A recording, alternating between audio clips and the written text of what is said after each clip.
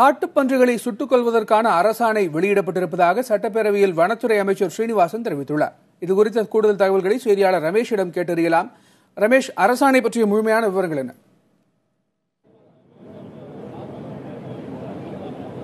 சட்டப்பேரவையில் இன்றைக்கு வினாக்கள் விடைகள் நேரம் தொடங்கியவுடன் பாப்பிரெட்டிப்பட்டி தொகுதி எம்எல்ஏ பழனியப்பன் தங்களுடைய தொகுதிக்குட்பட்ட பகுதிகளில் காட்டு விலங்குகள் விவசாய நிலங்களை சேதப்படுத்துவதாக தெரிவித்தார். காட்டுப்பன்றிகளும் அதிக அளவில் இருப்பதாக தெரிவித்தார். இதற்கு உடனடியாக பதிலளித்த வனத்துறை அமைச்சர் திண்டுக்கல் சீனிவாசன், ஏற்கனவே கோயம்புத்தூர் மாவட்டம் மேட்டுப்பாளையம் தொகுதி எம்எல்ஏ ஓகே சின்னராஜு இதே போன்ற ஒரு பிரச்சனையை கடந்த மாதம் எழுப்பியிருந்தார். அது குறித்து முதலமைச்சரிடம் பேசிய பொழுது ஒரு அரசாணை கடந்த மாதமே 22ஆம் தேதி வெளியிடப்பட்டிருப்பதாக தெரிவித்தார். அந்த அரசாணை என்னன்னு பாத்தீங்கன்னா, குறிப்பாக விவசாய நிலங்களை சேதப்படுத்த வரக்கூடிய காட்டுப்பன்றிகளை சுடுவதற்கு அனுமதி அளித்து அரசாணை வெளியிட்டிருப்பதாக தெரிவித்திருக்கிறார். இதில் முக்கியமான பல விஷயங்களையும் அவர் சொல்லியிருக்கிறார். அந்த அரசாணை எப்படி பொருந்தும் என்றால், நேரடியாக விவசாயி துப்பாக்கி வைத்து காட்டுப்பன்றியை சுட முடியாது.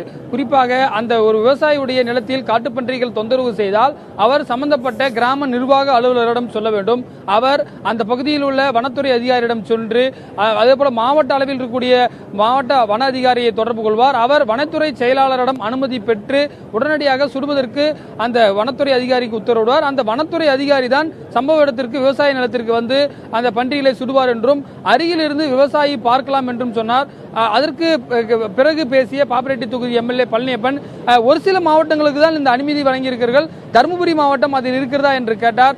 தருமபுரி மாவட்டம் அதில் இல்லை, இருந்தாலும் நீங்கள் தற்பொழுது கேட்டீர்கள், அந்த அடிப்படையில் பன்றிகளை அங்க இருக்கக்கூடிய பன்றிகள் எல்லாம் கணக்கெடுத்து உங்களுடைய மாவட்டத்திற்கும் அனுமதி தரும் என்று சொன்னார். இதே போன்று பல்வேறு மாவட்டத்தில் இருக்கக்கூடிய எம்எல்ஏக்களும் எங்கள் தொகுதிக்கும் அனுமதி தாருங்கள் என்று கேட்டார். உசிலம்பட்டி தொகுதி எம்எல்ஏ நீதிபதியும் கேட்டார். அப்படின் போது அவர் என்ன சொன்னார், வனத்துறை அமைச்சர் திண்டுக்கல் சீனிவாசன் ஆத்தூர், சேலம், திருவண்ணாமலை, மதுரை உள்ளிட்ட மாவட்டங்களுக்கு உடனடியாக பன்றிகளை சுடுவதற்கு அனுமதி வழங்கப்பட்டிருப்பதாக தெரிவித்தார். இதுதான் அந்த காட்டுப்பன்றிகளை, குறிப்பாக விளைநிலங்களை சேதப்படுத்தக்கூடிய காட்டுப்பன்றிக்கு தான் இது பொருந்தும். இந்தியாவில் வேறு சில மாநிலங்களிலும் இது நடைமுறையில் இருப்பதாகவும் அவர் தெரிவித்தார்.